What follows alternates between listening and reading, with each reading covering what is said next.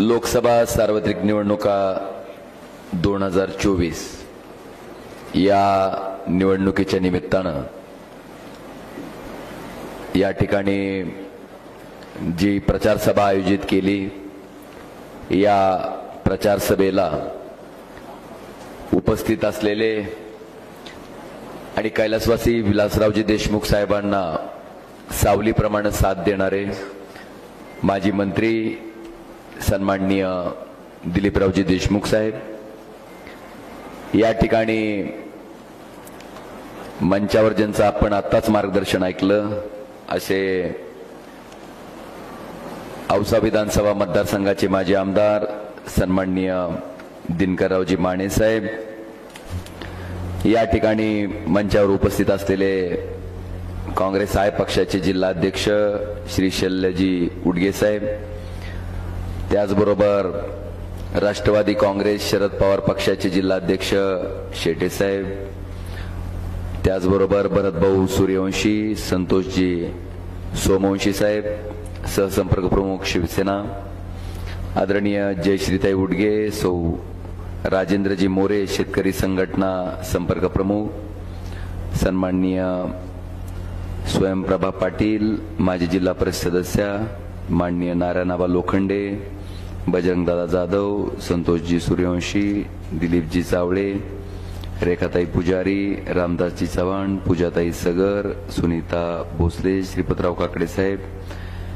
बावगे साहेब, बावळ सुरेताई, सचिनजी पाटील, सुभाषदाजी पवार, दत्तोपंतजी सूर्यवंशी, आबासाहेब पवार, शामरावजी पाटील, व्यासपीठावरील सर्व मान्यवर आणि व्यासपीठाच्या समोर उपस्थित असलेले या भागातील सर्व वडीलधारी मंडळी, तरुण मित्र, माता भगिनी आणि बंधूंनो, आज सगळ्यात पहिल्यांदा मला आपल्या सगळ्यांना विचारायचंय की मागच्या 5 वर्षापूर्वी आपण मला आपल्या या भागाचा खासदार म्हणून त्या ठिकाणी देशाच्या सर्वोच्च सभागृहात लोकसभेत पाठवलं. त्या प्रचारादरम्यान मी नेहमी आपल्याला म्हणत होतो की ओमराजे हा फक्त आपल्याला निवडणुकीपुरता खासदार न दिसता तुमच्या कुटुंबातला सदस्य आहे असं समजून, तुमचा मुलगा आहे, तुमचा नातू आहे, तुमच्या बहिणीचा भाऊ आहे असं समजून मला मतदान करा.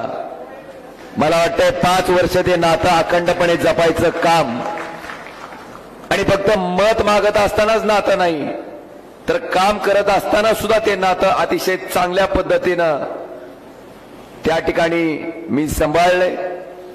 आज मला आपल्या सगळ्यांना विचारायचंय की सहसा एका खासदाराचा मतदारसंघ हा जवळपास 6 आमदाराचा मतदारसंघ येतो. जेवढे एका 6 आमदारांना फिरावं लागतं तेवढे एकट्या खासदाराला फिरावं लागतं.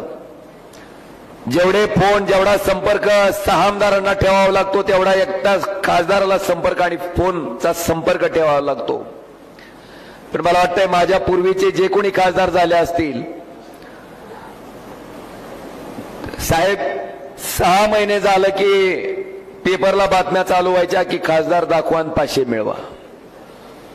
मी मागची 5 वर्ष तुमचा खासदार म्हणून काम करतोय. मला वाटतं एकदाही कुठल्या पेपरला बातमी आली नाही की खासदार दाखवा आणि 500 मिळवा. हे काम मी मागच्या 5 वर्ष अखंडपणे आपलं केलंय. मला आपल्या सगळ्याला प्रामाणिकपणे विचारायचंय की मी आपल्या सगळ्याच्या संपर्कात आहे का शेवटपर्यंत. मला आपल्याला आठवण करून द्यायचे, महाविकास आघाडीचं सरकार आलं आणि कोरोनाची लाट चालू झाली. कोरोनाची लाट चालू झाल्याच्या नंतर ज्याही गावात लोकसभा कार्यक्षेत्रातल्या कोरोनाचा पेशंट निघाला त्या प्रत्येक गावात जायचं काम तुमचा खासदार म्हणून या ओमराजे निंबाळकरनं त्या ठिकाणी प्रामाणिकपणे पार पाडलं. तुम्हाला ऑक्सिजन बेडची गरज होती, तुम्हाला व्हेंटिलेटर बेडची आवश्यकता होती, तुम्हाला औषधाची आवश्यकता होती, त्यावेळेस हा ओमराजे तुमच्यासाठी 24 तास उपलब्ध होता. एवढंच नाही, ऑक्सिजन बेड त्या ठिकाणी कमी पडायल्याच्या नंतर आपल्या स्वतःच्या मंगल कार्यालयामध्ये आपण जवळपास 100 बेडचं हॉस्पिटल चालू केलं, ज्याच्यामध्ये 50 बेड ऑक्सिजनचे आपण त्या ठिकाणी निर्माण केले आणि त्या ठिकाणी सुद्धा सर्वसामान्य माणसाचा ऑक्सिजनमुळे प्राण जाऊ नये ह्याच्यासाठी सगळ्या दवाखान्याच्या सोयीसुविधा त्या 100 बेडच्या मंगल कार्यालयाच्या हॉस्पिटलमध्ये आपण त्या ठिकाणी दिल्या. आपल्यापैकी अनेक जणांनी सुद्धा त्या ठिकाणी उपचार घेतले. मला आपल्याला प्रश्न विचारायचा आहे की पावसाळ्यात जशा कुत्र्याच्या छत्र्या उगवतात त्या पद्धतीने आता निवडणुकीत काही छत्र्या उगवल्यात आणि त्यांना विकासाचं भरतं आलंय. मला तुम्हाला प्रामाणिकपणे विचारायचंय, त्यावेळेस राणा पाटील आले का हो? अर्चनाताई आल्या का? मल्हार पाटील आले का? तुम्ही आमच्या शब्दावर ज्यांना आमदार म्हणून निवडून दिलं ते तरी आले का हो? त्यावेळेस मला वाटतंय तुमचा खासदार ओमराजे निंबाळकर तुमच्यासाठी 24 तास उपलब्ध होता. आणि या कामाचंच फळ आहे की आज आपण बघितलं असेल तर पुढे 8 ते 9 आमदार आहेत. एक मंत्री आहे, 2 उपमुख्यमंत्री आहेत, 1 मुख्यमंत्री आहे. पुन्हा आमची सेना फोडून 40 बोके तिकडे घेतलेत. राष्ट्रवादी फोडून 38 माणसं तिकडे घेतलेत आमदार. त्यांची शक्ती आहे. ते काय कमी पडलं म्हणून पुन्हा काँग्रेसला हात घातलाय. बसवराज पाटील साहेबांना तिकडे घेतलंय, सुनील चव्हाणांना तिकडे घेतलंय, पुन्हा मनसेचा पाठिंबा घेतलाय. आणि साहेब एवढा सगळा खटाटोप करून सुद्धा अजून कॉन्फिडन्स आलेला नाही. परत आज मोदी साहेबाची सभा धाराशिवला लावली.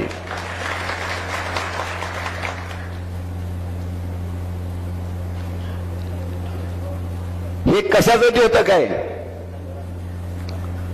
हे ह्या गोष्टीचं द्योतक आहे की तुम्ही तुमच्या बोलण्यामध्ये आणि वागण्यामध्ये अंतर पाडला.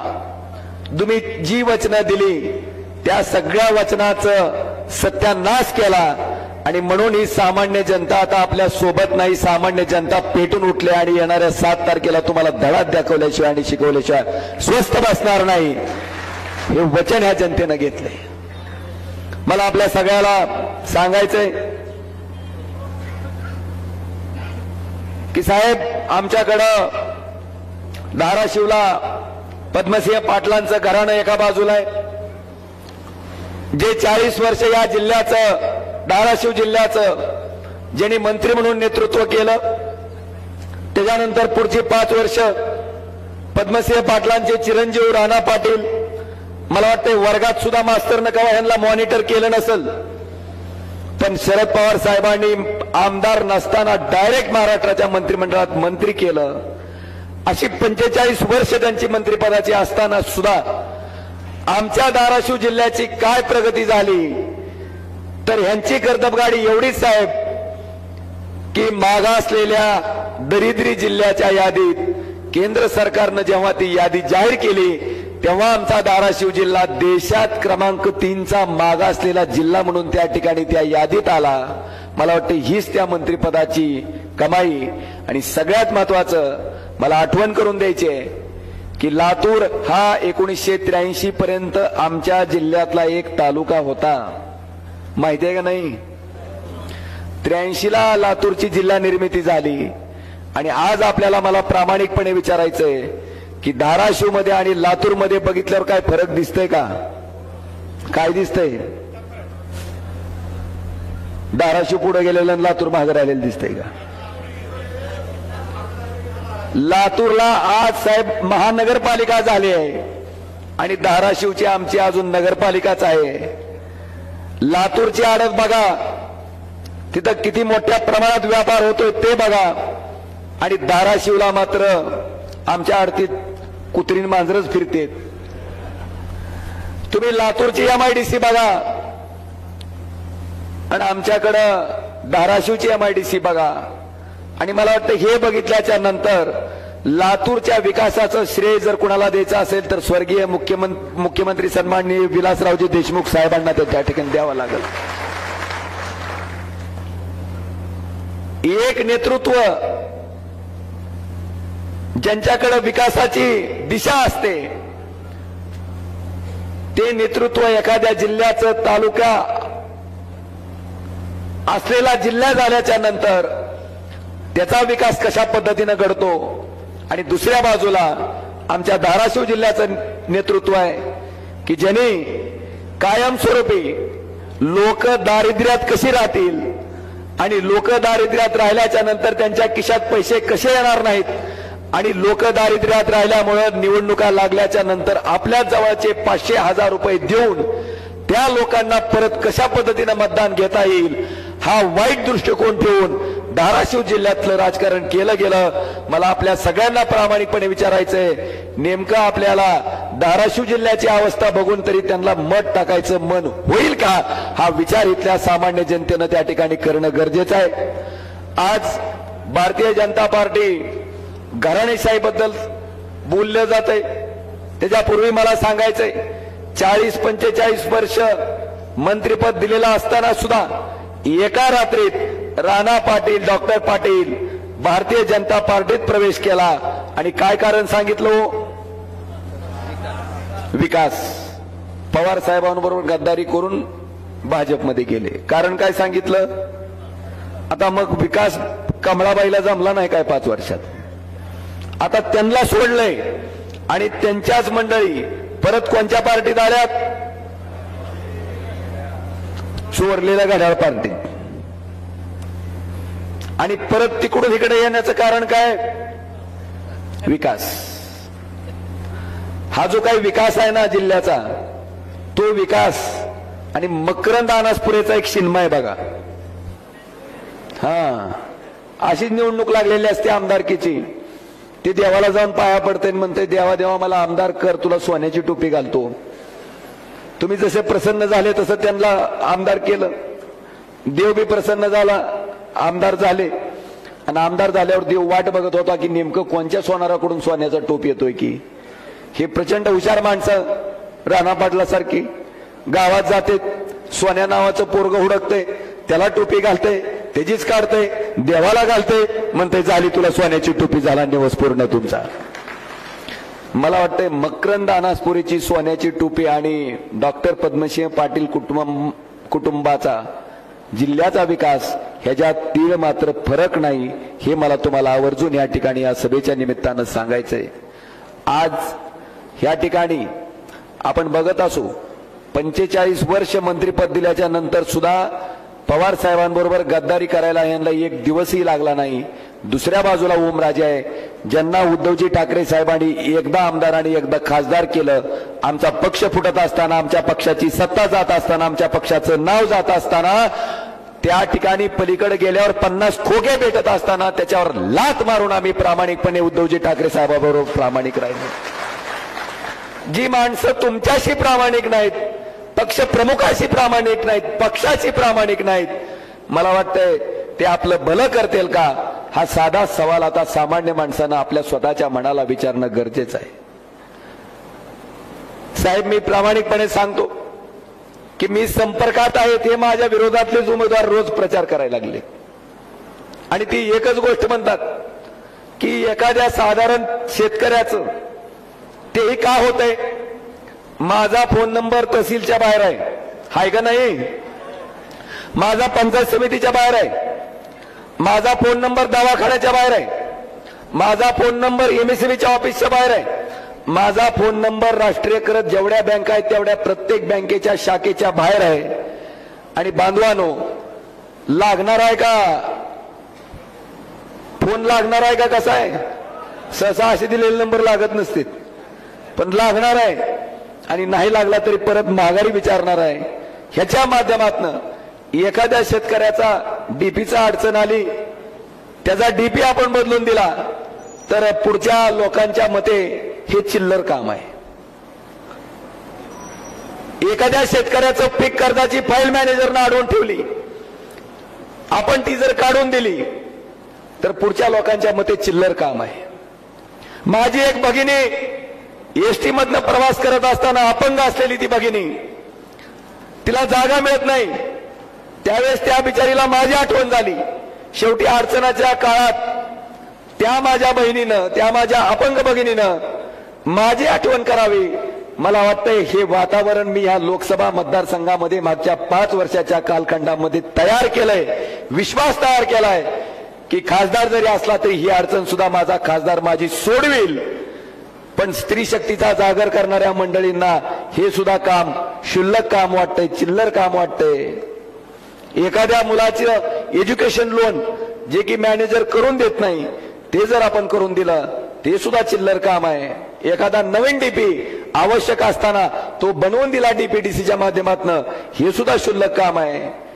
आता मला आपल्या सगळ्या मंडळीला विचारायचंय, हे जर सगळं क्षुल्लक काम असेल तर आज लोकसभेचं मतदान जाहीर झाल्याच्या नंतर, निवडणुका जाहीर झाल्याच्या नंतर आता त्या शेतकऱ्याचं मतदान यांना लागणार आहे, आता त्याच बहिणीचं मतदान यांना लागणार आहे, आता त्या शेतकऱ्याच्या मुलाचं मतदान यांना लागणार आहे।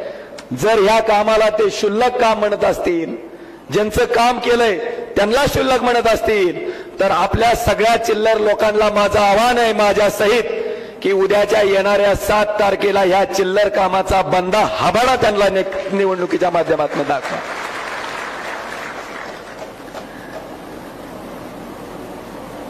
आणि आज 7-8 आमदार मिळून आम्ही बी फोन उचलतो, अरे तू निवडणूक आली म्हणून ऍक्शन करू नको ना म्हणावं, ऍक्शन हिरो। मी 5 वर्ष त्या ठिकाणी अखंडपणे काम केलंय, अविरतपणे काम केलंय आणि माझं गणित सोपं आहे साहेब। माझ्या एका नंबरवर 800 ते 900 कॉल येतात, माझा सीडीआर जरी काढला तर त्याच्यात तुम्हाला ते प्रूव्ह होऊन जाईल। आणि 800-900 कॉल येणारे माझे 4 नंबर आहेत। 9 चौक किती झालं? 3600। तरी मी 3600 मधले वरचे सगळे सोडून दिले, किती? 2600 सोडून दिले, फक्त 1000च धरले। समजा डबल आलेले किंवा इतर कामाचे काय असं समजून 1000च धरले आपण। एका दिवसाला 1000 लोकांचा कामाच्या निमित्तानं माझ्याशी संपर्क येते। दिवसाला 1000 झाले तर 10 दिवसाला किती झाले? 10,000। महिन्याला 30,000। एका महिन्याला 30,000 झाले तर एका वर्षात किती झाले? 12 36, 3,60,000। 3,60,000 जर एका वर्षात झाले तर 5 वर्षात 5 त्रिक 15 6 30, 18 लाख लोकांचा संपर्क माझा 5 वर्षातला आहे। कसलं बी माणूस आलं आणि त्यानं जर या 18 दिवसात त्या 18 लाख लोकांबरोबर संपर्क करायचा प्रयत्न केला, होऊ शकतंय का साहेब? बुद्धी बंद पाडली त्यांची माझ्या फोननं, त्यांचं डोकं चाललं नाही का? तर हे 18 लाख सामान्य लोकच प्रत्येक गावात माझे आज प्रचारक आहेत आणि त्यांनी ही निवडणुकीची धुरा त्यांच्या हातात घेतली। आणि म्हणून इतक्या मोठ्या शक्तीला सुद्धा ह्याच्यावरचा उपाय काही सापडत नाही। आज मला संपर्काच्या बाबतीत काय बोलत नाहीत, पण मला म्हणतात की ओमराजे तुमचं काम सांगा। बरोबर आहे, आपण कामही करणं आपली जबाबदारी आहे, नुसता लोकांशी संपर्क ठेवलं म्हणजे भागत नाही। आणि म्हणून मला आपल्याला सगळ्याला तुमच्या सर्वांच्या साक्षीनं सांगायचंय की अमित भैया देशमुख जेव्हा वैद्यकीय शिक्षण मंत्री होते साहेब, त्यावेळेस मी 2.5 वर्ष सत्ताधारी पक्षाचा खासदार होतो, 1.5 वर्ष माझं कोरोनामध्ये गेलं होतं, पण तशाही परिस्थितीत अमित भैया देशमुख साहेबांच्या मदतीमुळे धाराशिवचं शासकीय वैद्यकीय महाविद्यालय आम्ही त्या ठिकाणी धाराशिवला करू शकलो। आणि ह्यांच्यासारखं नाही नुसतं पीपीटीत कॉम्प्युटरवर दाखवलं झालं म्हणून सांगितलं, प्रत्यक्षात चालू केलं। 3ऱ्या वर्षाचे प्रवेश झाले आणि पुढच्या वर्षी डॉक्टर झालेली मुलं त्या मेडिकल कॉलेजमधनं आणि दवाखान्यातनं बाहेर पडतात। हे माझं ओमराजे निंबाळकरचं पहिलं ठळक काम। क्रमांक 2, आपल्याकडे लाईटची अडचण मोठ्या प्रमाणात आहे, हाय का नाही? जेवढे फोन येतात त्याच्यातले 50 ते 60% फोन हे फक्त विजेच्या समस्येच्या बाबतीत होते। आणि हाच धागा पकडून केंद्र सरकारची RDSS नावाची योजना आहे, ह्या योजनेचा अध्यक्ष त्या जिल्ह्याचा खासदार असतो। मी 5 वर्ष या जिल्ह्याचा खासदार होतो, अध्यक्ष होतो। मला साहेब आपल्या साक्षीनं सांगायचंय की मी औसा विधानसभा मतदारसंघामध्ये 144 कोटी रुपये 733 केबीचे नवीन सबस्टेशन त्या ठिकाणी ह्याच RDSSच्या माध्यमातून मंजूर केलेत। मला त्याची नावं वाचून दाखवायचे: रामलिंग मुदगड, चिंचोली सायकान, बोरफळ, आशिव, उजनी, याकतपूर आणि लिंबाळा जाऊ हे 733 केवीचे नवीन सब स्टेशन तुमच्याच या खासदार ओम राजे निंबाळकरनं आरडीएसएसच्या माध्यमातून मंजूर केलेत. 11 ऍडिशनल पॉवर ट्रान्सफॉर्मर, म्हणजे जुनं सब स्टेशन आहे पण तिथं ऍडिशनल पॉवर ट्रान्सफॉर्मरची आवश्यकता आहे. हरी जवळगाव, कासार बालकुंदा, एकोणजी मुदगड, कासार शिरशी, नागरसोगा, जवळगाव पोमादेवी, खरोसा, तपसे चिंचोली, येळी, लांबजरा आणि कारला हे ऍडिशनल 11 पॉवर ट्रान्सफॉर्मर आपण आपल्या औसा विधानसभा मतदारसंघामध्ये केलेत. आणि क्षमता वाढ म्हणजे पॉवर ट्रान्सफॉर्मरची क्षमता वाढ आपण किल्लारी आणि MIDC औसा या ठिकाणी करून घेतले. आपल्या सगळ्याच्या साक्षीने मी सांगू इच्छितो की पुढच्या 2 वर्षामध्ये हे कामं झाल्याच्या नंतर विजेच्या बाबतीत कसलीही अडचण औसा विधानसभा मतदारसंघातल्या कुठल्याही सामान्य शेतकऱ्याला येणार नाही, हे सुद्धा आवर्जून मला आजच्या सभेच्या निमित्तानं सांगायचंय. आणि गंमत अशी आहे, योजना RDSS आहे, पैसा केंद्र सरकारचा आहे, अध्यक्ष खासदार आहे आणि हितला आमदार म्हणतोय मीच केलंय. त्यांना विनंती करा की स्वतःचं जे लेकरू आहे तेवढंच काकाला घ्या. दुसऱ्याला जर काकाला घेऊन दुसऱ्याचं लेकरू जर म्हणलं आपलं आहे तर त्याच्या तोंडवळ येऊन उघडं पडतंय, एवढं फक्त त्यांना सांगा.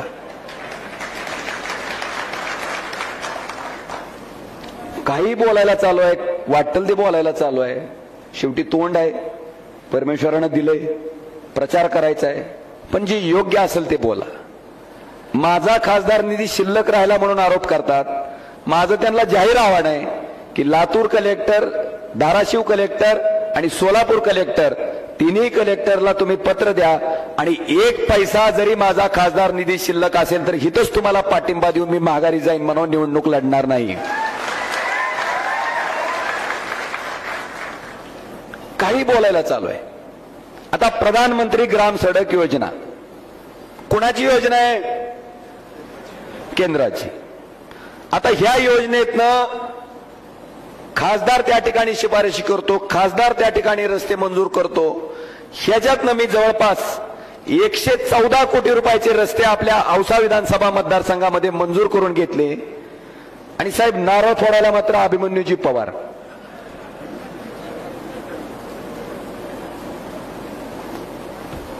कसला बासम्या रोग झालाय मला माहित नाही, पण किमान लोकांना तरी विचारा. अजून एक गंमत आहे, अभिमन्यू पवारच्या पुढे आमचे तुळजापूरचे आमदार आहेत. आता रेल्वे हा विभाग तर केंद्र सरकारकडे येतो की 2014ला सोलापूर, तुळजापूर, धाराशिव रेल्वे मार्गाची घोषणा झाली, मोदीजींनीच केली. 14 ते 19 केंद्रात त्यांचंच सरकार होतं, 14 ते 19 राज्यात सुद्धा देवेंद्रजी फडणवीस म्हणजे भाजपचंच सरकार होतं.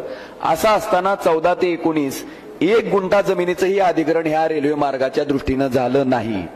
19ला मी खासदार झाल्याच्या नंतर त्या ठिकाणी इनिशिएटिव्ह घेऊन सन्मान्य रेल्वे मंत्री महोदयांना भेटून निधीची तरतूद करून महसूलच्या आणि रेल्वेच्या अधिकाऱ्यांच्या एकत्रित बैठका घेऊन त्या जमिनीचं 100% अधिग्रहण केलं, त्या कामाचं टेंडर फ्लॅश केलं.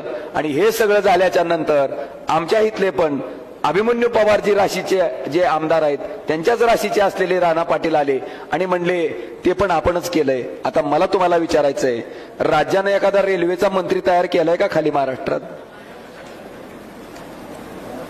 बरं, 14 ते 19 खालीवर तुम्ही स्वतः, मग 14 ते 19 काय गोट्या खेळत बसले होते का आपण?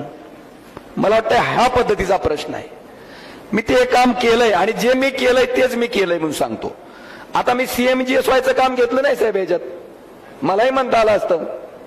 मुख्यमंत्री सडक योजनेतलं काम पण मीच केलंय, नाही घेतलं. तुमचं आहे ते तुम्ही सांगा, मला त्याच्याबद्दल काही म्हणायचं नाही, पण जे आमचं आहे तेवढं तरी आम्हाला राहू द्या. इतकीच विनंती माझी आजच्या सभेच्या माध्यमातून त्या थोर महाशयांना करायची. आणि मला खंत काय वाटते, फोन उचलण्याच्या बाबतीत जर इतक्या खालच्या पातळीला जाऊन टीका ते करत असतील तर मला वाटतं देवेंद्रजी फडणवीसचं फोनच उचलायचं काम त्यांनी 5 वर्ष केलंय, त्याच्या बाबतीत इतका त्रागा का? इतकं त्या कामाला का शूद्र लेखलं जातंय ह्याचा विचार सुद्धा आता सामान्य जनतेनं करणं गरजेचं आहे. मी औसा तालुक्यासाठी 2,39,00,000 रुपये इतका खासदार निधी खर्च केलेला आहे. 30 शोपन आणि 50 शोपनच्या माध्यमातून 9 कोटी 16 लाख रुपयाचे रस्ते मी औसा विधानसभा कार्यक्षेत्रामध्ये केल्यात. जनसुविधेमधनं 2 कोटी 72 लाख रुपये त्या ठिकाणी मी दिलेत. आणि माझं साहेब त्यांना जाहीर आव्हान आहे की या सगळ्या कामाच्या शिफारशी आणि त्याच्यावर मंजुऱ्या दिलेल्या पालकमंत्र्याच्या एंडोर्समेंट ही सगळी कागदपत्र माझ्याकडे आहेत.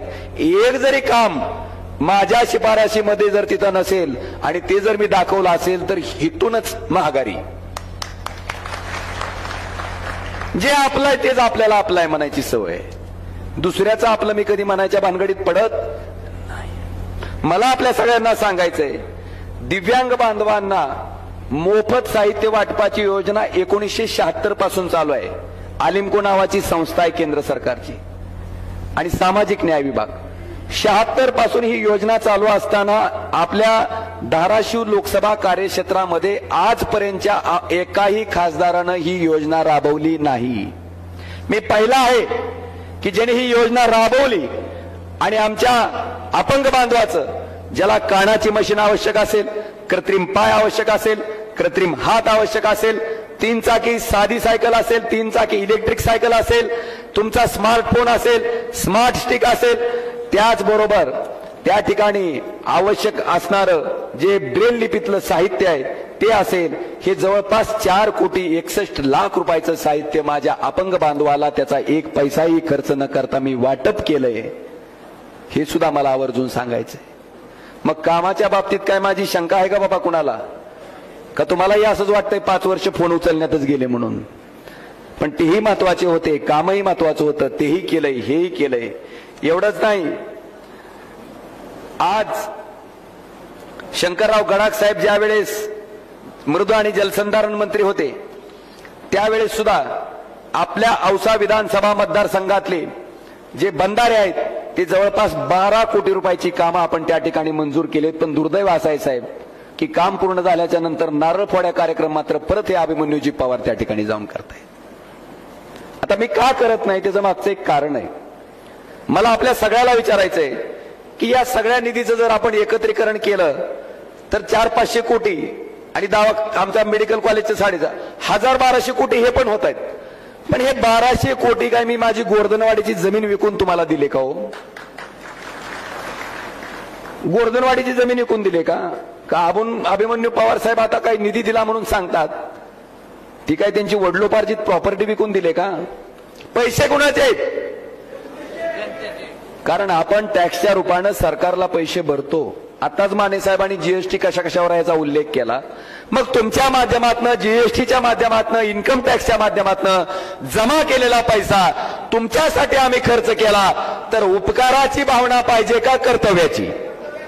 ओमराजेनं कर्तव्य मांडलं म्हणून ओमराजेनं नारळ फोड्या कार्यक्रम केला आणि हे उपकार मानतात. मी दिलं, मी केलं. अरे आपल्या बापाच्या घरचं आणून दिलं काय? आपल्याला याने आमदार म्हणून बसवलं, आपल्याला याने खासदार म्हणून बसवलं, म्हणून आपल्याला अधिकार प्राप्त झाला आणि म्हणून त्यांच्याच पैशातनं काम आपण त्यांच्यासाठीच केलंय. एवढी तरी भावना ठेवा. ही दुसरा, लोकसभेत माझ्या पूर्वीचे अनेक खासदार आहेत, त्यांच्या बिचारेची एखादी क्लिप जरी पद्मसिंह पाटलाची सापडली की बाबा कधी उठून ते लोकसभेत बोललेली, मला दाखवा. तुमचा खासदार ओमराजे ज्या ज्या वेळेस लोकसभेत गेला साहेब, मी 71 डिबेटमध्ये भाग घेतल्यात आणि अस्सल मराठीत त्या ठिकाणी डिबेट केलेला आहे. कशाबद्दल केलंय? मराठा आरक्षण हा विषय. मराठा आरक्षण जरांगे पाटलांचं आंदोलनावर लाठीचार्ज झाल्याच्या नंतर अख्खा महाराष्ट्र जागा झाला. पण ओमराजे ज्यावेळेस सुप्रीम कोर्टात मराठा आरक्षणाची याचिका ह्या घटनेच्या 1.5 वर्षापूर्वी आधी आली होती, त्यावेळेस तामिळनाडू राज्याचं आरक्षण जर 50% मर्यादा ओलांडल्याच्या नंतर 78%ला गेल्यावर सुद्धा टिकत असेल आणि ते आरक्षण केंद्र सरकारच्या सपोर्टिव्ह ॲफिडेव्हिटमुळे सुप्रीम कोर्टात टिकत असेल तर तशाच पद्धतीचं सपोर्टिव्ह ॲफिडेव्हिट आताच्या केंद्र सरकारनं सुप्रीम कोर्टात द्यावं ही मागणी करणारा पण मी एकमेव खासदार आहे, हे सुद्धा मला आवर्जून सांगायचंय. पण दिलं नाही, दिलं गेलं नाही. काय भावना होती माझी की तामिळनाडूचा 78%ला गेल्यावर जर टिकत असेल केंद्र सरकारच्या हस्तक्षेपामुळं, तसंच मराठा टिकलं तर कदाचित आज जो ओबीसी आणि मराठा वाद लागलाय तो वाद कदापि झाला नसता. पण ह्यांना मुख्यमंत्री उद्धवजी ठाकरे असल्यामुळं त्यांच्यासाठी खड्डा खांदायचा होता, पण दुर्दैवानं त्या खड्ड्यात तेच पडलेत. ही आजची वस्तुस्थिती आहे. 12व्या शतकामध्ये जगज्योती संत महात्मा बसवेश्वर ज्यांनी समतेचा संदेश दिला, त्यांना मानणारे अनुयायी हा लिंगायत समाज जो कर्नाटकच्या नंतर ह्या महाराष्ट्रात सगळ्यात जास्त प्रमाणात आहे, त्या समाजाला अल्पसंख्याक समाजाचा दर्जा मिळावा, लिंगायत समाजाला धर्म म्हणून मान्यता मिळावी, ही मागणी करणारा पण तुमचाच एकमेव खासदार ओमराजे निंबाळकर आहे. हे सुद्धा मला आवर्जून सांगायचं आहे.